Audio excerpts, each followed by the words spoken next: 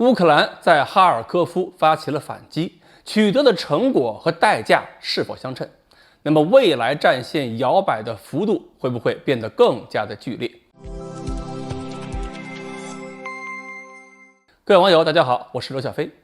前几天俄乌战场传来的消息呢，显示乌军在赫尔松发起了突击，而这两天乌军又在哈尔科夫发起了大规模的军事行动。赫尔松方向，乌军的攻击前期是猛烈的，撕开一个突破口之后是猛打穿插，想包抄俄军阵线的后路。但是突破口两侧没有扩展，也缺乏保护，突击兵力也很容易被俄军反包抄后路，所以呢，只能是保留部分战果，让俄军重新把战线拉平。地图上看，乌军是有所得的。不过，现在美国《华盛顿邮报》也透露出来，这场战斗中乌军自己的评价，说伤亡跟损失太大。一线乌军士兵说，交换比达到了5:1，5个乌军士兵用命才能换人家俄军1个。但是在赫尔松发起激烈战斗的同时，乌军能在哈尔科夫方向发起大规模进攻，这一点确实令人感到意外。因为开战以来，除了战争开始阶段，俄军从3个方向同时突击，后续第2阶段开始，俄军也没有办法同时维持2个主要作战方向上的同时的大规模进攻。但谁能想得到，乌克兰居然敢玩这么一招呢？估计俄罗斯情报部门也没有及时察觉乌军的作战意图。乌克兰方面呢，这段时间又一直嚷嚷要拿下赫尔松和克里米亚，加上乌军特种部队对俄军克里米亚的机场、弹药库采取一些破坏行动，大概让俄军以为南线就是乌军的主攻方向。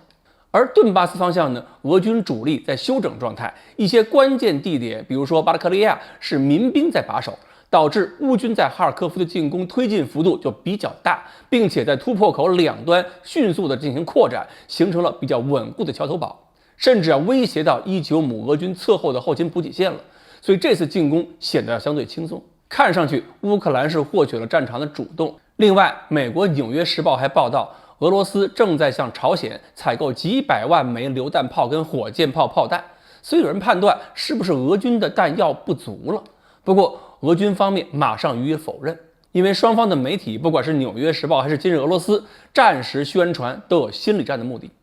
但要说战场是否真的发生了转折，我认为现在说为时尚早。这里呢，我们不妨回顾一下2战期间著名的突出部战役，也就是阿登战役。当时德军的突然反攻也是让盟军事先毫无察觉，并且也是一开始就猛烈的撕裂了美军阵线。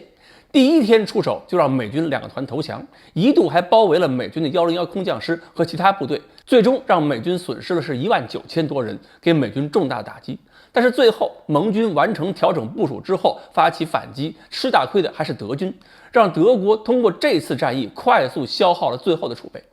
所以我们后边还要看一看，到底是乌军在俄罗斯做出反应之前能够迅速的拿下19姆这个小突出部，还是俄军让休整中的主力部队迅速结束休整，转入进攻，再打出一个新的阿登。此外，更关键的是，经过这一轮的较量，谁能够迅速的补充人员和武器的损失，谁将占据下轮的主动。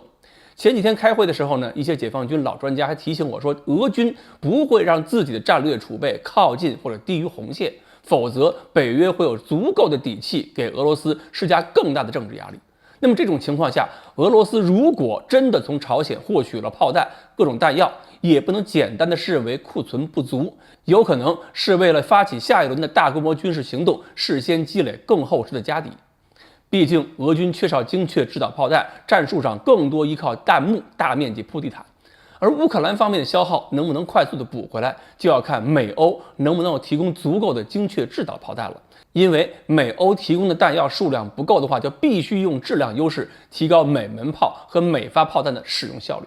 否则单笔炮弹消耗量的话，乌军是扛不住的。现在俄乌战场交战双方都很像是朝鲜半岛最成功80后年轻人的学生，深刻领会并且贯彻了重要的指示：未来的战争是炮战。